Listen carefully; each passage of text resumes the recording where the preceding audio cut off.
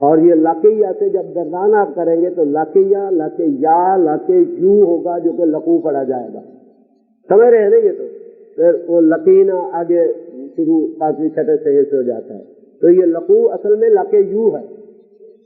جب انہوں نے ملاقات کی یا جب وہ ملتے ہیں، یوں کرنے ترجمہ اللہ زینا آمنو، ان لوگوں سے جو کہ ایمان لائے. دیکھیے یہاں ہم لقو کا فاعل اللہ زینا کسی نہیں بنا سکتے جب ایمان والے ملاقات کرتے ہیں. اس کی وجہ آپ کے ذہن میں آ سکتی ہے، یا یہ لقو تو میں نے وہ ملے، اگر ہم یہ کہیں لقو اللہ زینا آمنو جب ایمان والے ملے، یہ کیوں نہیں ترجمہ کر سکتے؟ کون سی چیز مانے ہے؟ اگر کوئی یہ کرے تو آپ اس کو کیسے غلط قرار دیں گے؟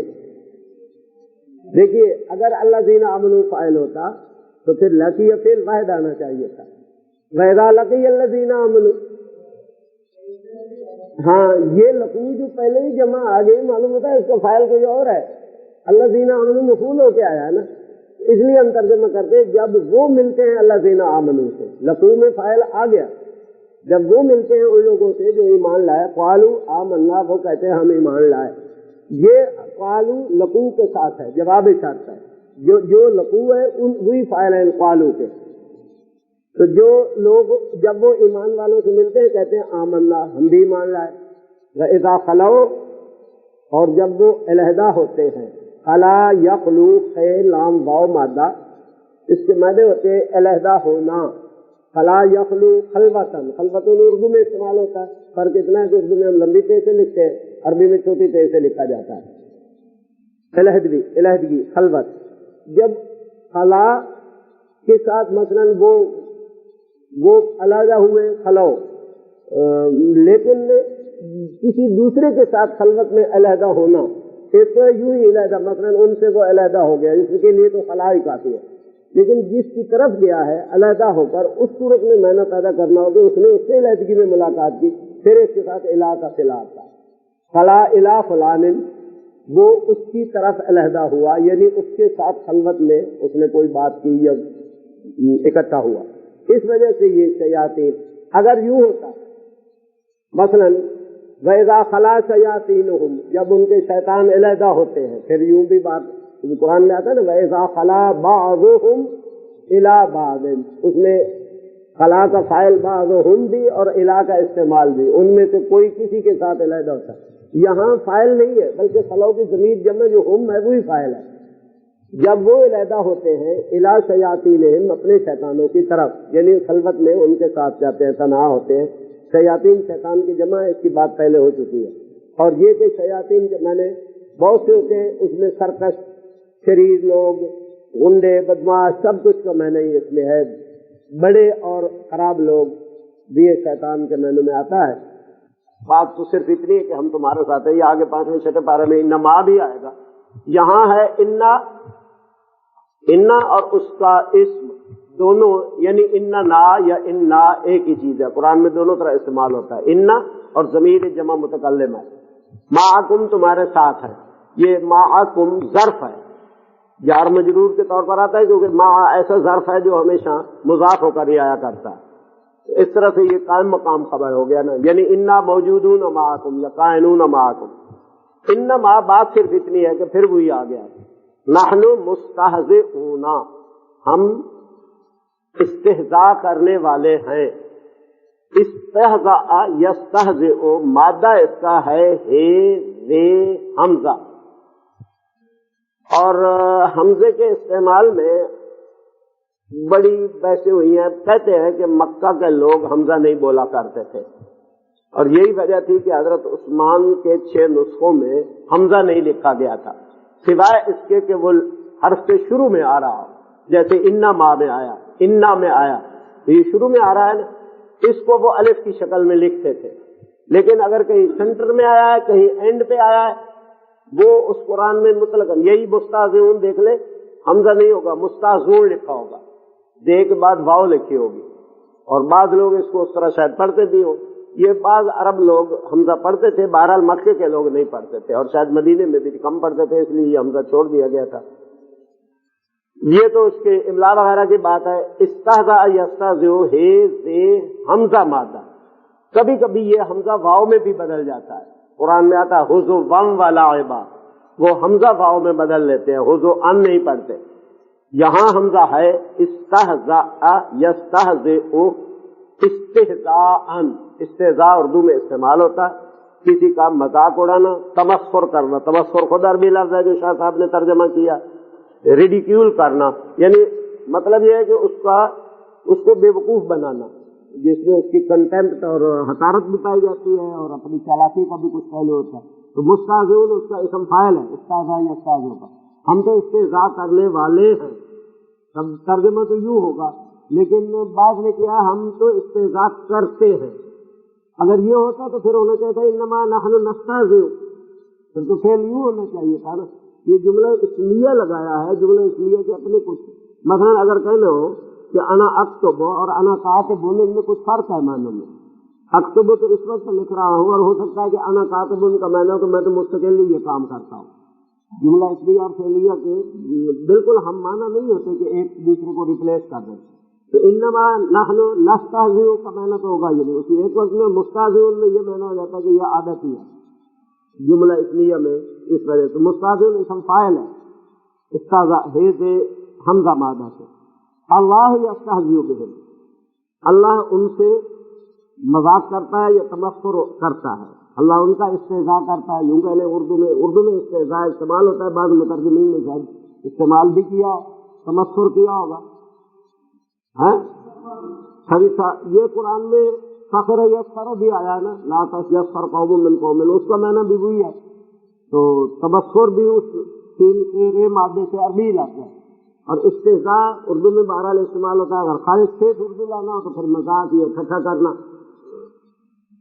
اللہ یستہزئ بہم، اللہ مبتدا ہے، یستہزئ بہم. دیکھیے اس سے معلوم ہوا کہ استہزاء کے بعد بے کا صلہ آتا ہے. وہاں اوپر اگر بے بھی لگانا ہوتا تو یوں ہوتا ہے انما نحن مستہزئون بہم. وہاں انڈرسٹوڈ ہے اسم فاعل لگا تھا. جب فعل آیا تو پھر وہ صلہ اگر صلے کے بغیر نہیں استعمال ہوتا، مثلا عربی میں یوں نہیں کہیں گے استہزأہ، بلکہ کہیں گے استہزأ بہ. فعل یوں استعمال ہوتا اس پریپوزیشن کے ساتھ. اس لیے یہاں بہم آیا، اس میں اس کا مذاق.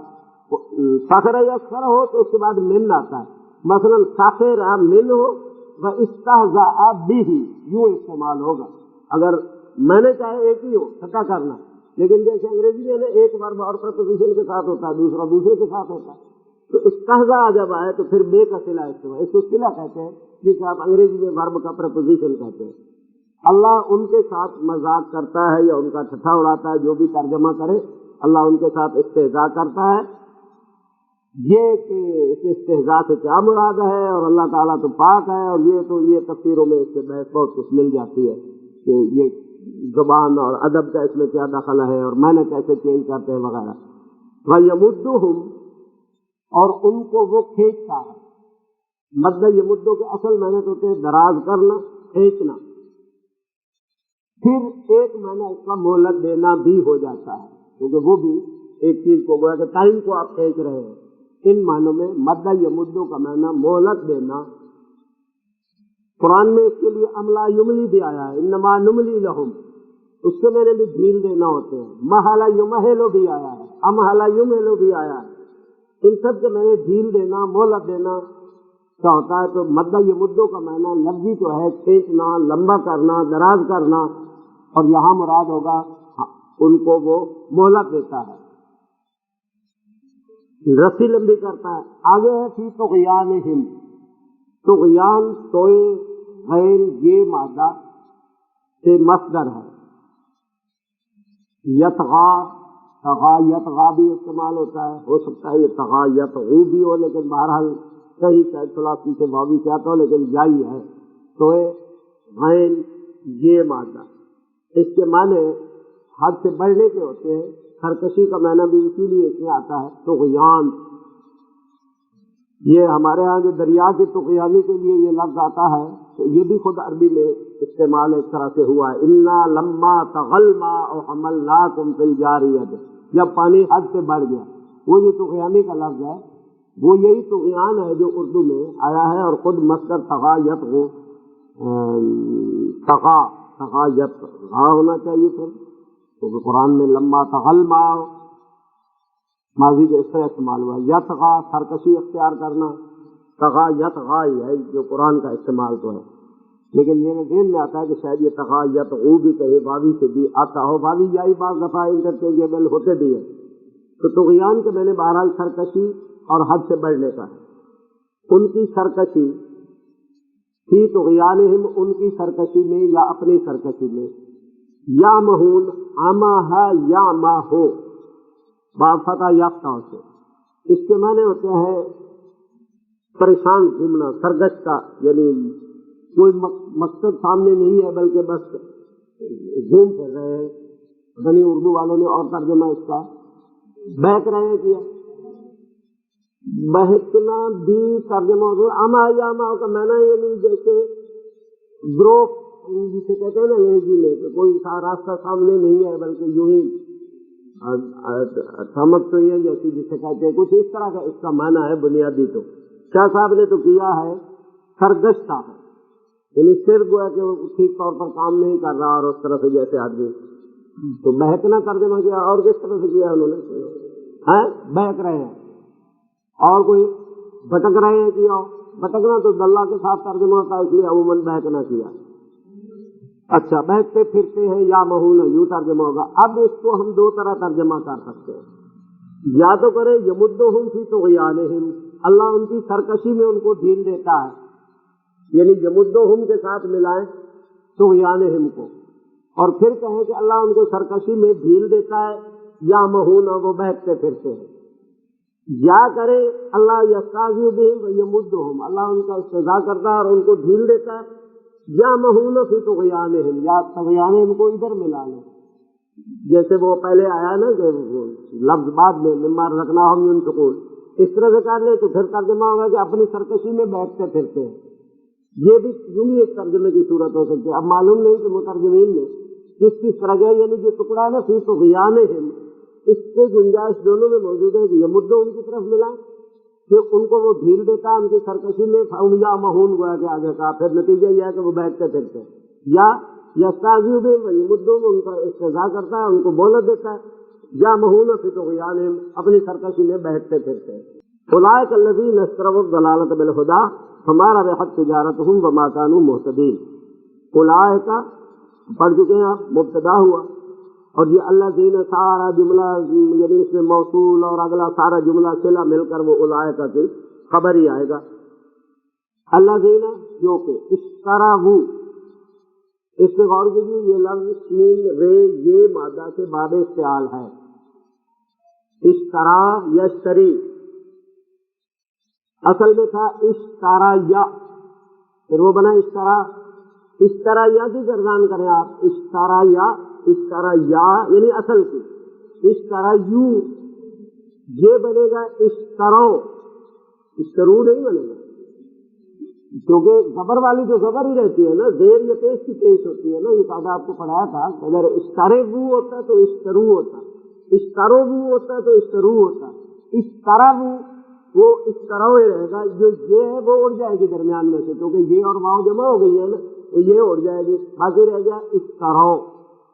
اچھا، فعل ماضی بنا اشترو، اب اشترو اب دلالت تھا، انہوں نے خریدی ضلالت یا گمراہی، یہ جو واو ساکن تھی اشترو کی، اس کو دلالت سے ملانے کے لیے پیش دیا ہے، عام طور پر تو زیر دی جاتی ہے، جو کہ اس کو پھر کر چاہے تو اس طرح پڑھتے اشترا وز دلالت ہے، لیکن چونکہ یہ صیغہ ہے جمع کا اور اس میں اس واو کا برقرار رہنا وہ ضروری تھا، تو اس طرح سے وہاں پیش سے ملا لیا، ورنہ عام طور پر قاعدہ ہوتا ہے زیر سے ملاتے ہیں، لیکن یہ کوئی پکا قاعدہ نہیں ہے، بعض دفعہ زبر سے بھی ملا لیتے ہیں، بعض دفعہ پیش سے بھی، یہ یہاں پیش کی مثال ہے، اس طرح اب دلالت، کیونکہ وہ واو تھی، واو کو حرکت مناسب ویسے بھی پیش ہوتا ہے، زیر کو اس سے لگنی نہیں چاہیے، اس لیے واو کو حرکت پیش کی دی ہے، اصل میں ہے اس طرح اب دلالت۔ انہوں نے اشترا یشتری کے اصل معنی خریدنا ہوتا ہے، بیچنا نہیں ہوتا، شرا یا شری کے معنی ہوتا ہے اس سے میں نے بھی خریدنے کا ہوتا ہے، بیچنے کی تو عربی باع یبیع ہے، اشترا یشتری کہ میں نے خرید لینا، باع یبیع میں نے بیچ لینا، انہوں نے خرید لیا۔ اب ایک چیز دے کر دوسری چیزیں خریدی جاتی ہے، اس کے لیے اس میں دو چیزیں استعمال ہوتی ہے، دو مفعول آتے ہیں، ایک دے کے ساتھ، ایک دے کے بغیر۔ اشترا کذا بے کذا، اس نے یہ چیز خرید لی فلاں کے بدلے میں، یعنی وہ دے دی اور یہ لے لی۔ اشترا بے، اشترا کے بعد جو ڈائریکٹ مفعول ہوگا وہ تو ہوگا جو وہ حاصل کر رہا ہے، اور جو بے کے ساتھ دوسری سے لگے گا وہ ہوگا جو وہ قیمتاً دے رہا ہے۔ اس طرح سے دیکھیں، اس طرح وہ دلالتا بالہدا، انہوں نے خرید لی گمراہی ہدایت کے بدلے، یعنی انہوں نے گمراہی لے لی اور ہدایت دے دی، قیمت ادا کیا کی، ہدایت اس کی قیمت میں دی، یوں میں نے بنا۔ اس لحاظ سے ترجمہ خرید لی انہوں نے گمراہی ہدایت کے بدلے میں۔ دلالت دلہ یہ دلوں سے مصدر ہے، گمراہی راستے سے بھٹک جانا، اور ہدا ہدا یہ حدیث مصدر ہے، ہدن تھا، ال لگا، دونوں پہ ال آیا ہے۔ یہ ال کس طرح کا ہے، ذہن میں آتا ہے کس گمراہی اور کس ہدایت کی بات ہو رہی ہے، یا جن سے ہدایت اور جن سے گمراہی کی بات ہو رہی ہے، دونوں گنجائش ہے۔ اردو میں ترجمہ ہمیشہ اس الف لام کا کرنا ناممکن سا ہوتا ہے، اس لیے اب یہاں یہ ترجمہ کریں انہوں نے وہ گمراہی خرید لی اس ہدایت کے بدلے، یہ بھی نہیں پتہ بنتی بات۔ اردو میں ہم مجبور ہیں کہ ال کا ترجمہ چھوڑ دیں، انہوں نے خرید لی گمراہی ہدایت کے بدلے میں۔ فما ربحت تجارتہم، پس نہ نفع دیا ان کی تجارت میں۔ ربح یربح میں نے نفع بخش ثابت ہونا، نفع پانا نہیں ہوتا اس کا معنی، نفع بخش ثابت ہونا۔ ربح یربح سمع یسمع ہوتا، اگر نفع پانا ہوتا تو پھر یوں ہونا چاہیے تھا فما ربحوا، انہوں نے نفع نہ پایا، نہیں، نفع بخش نہ ثابت ہوئی۔ کیا کی تجارت، ان کی تجارت، اور تجارت کیونکہ مؤنث ہے تو فعل واحد مؤنث آیا، ان کی تجارت سود مند ثابت نہ ہوئی۔ ربح یربح ربحا، اور اسی طرح سے وہ ربا کا لفظ ہے سود کے لیے، تو یہ ربح اور ربا میں ہی چکر انہوں نے ڈالا ہے کہ وہ سود ربا ہے یا ربحن ہے، ربحن تو جائز ہے اور ربا حرام ہے، تو یہ تجارت کا جو نفع ہوتا ہے اس کے لیے ربحن کا ترجمہ آتا ہے۔ نام بھی رکھتے تھے عرب لوگ ربا، بعض دفعہ اپنے بچوں کے۔ ربحت ما نافیہ ہے، نہ دیا نفع ان کی تجارت میں، یوں کر لیں تجارت فاعل ہے بہرحال رفع کا، نفع دینا اگر کرے تو پھر ترجمہ یہ ہوگا ان کی تجارت میں نفع نہ دیا، لیکن زیادہ بہتر ترجمہ ہے ان کی تجارت نفع بخش نہ ہوئی،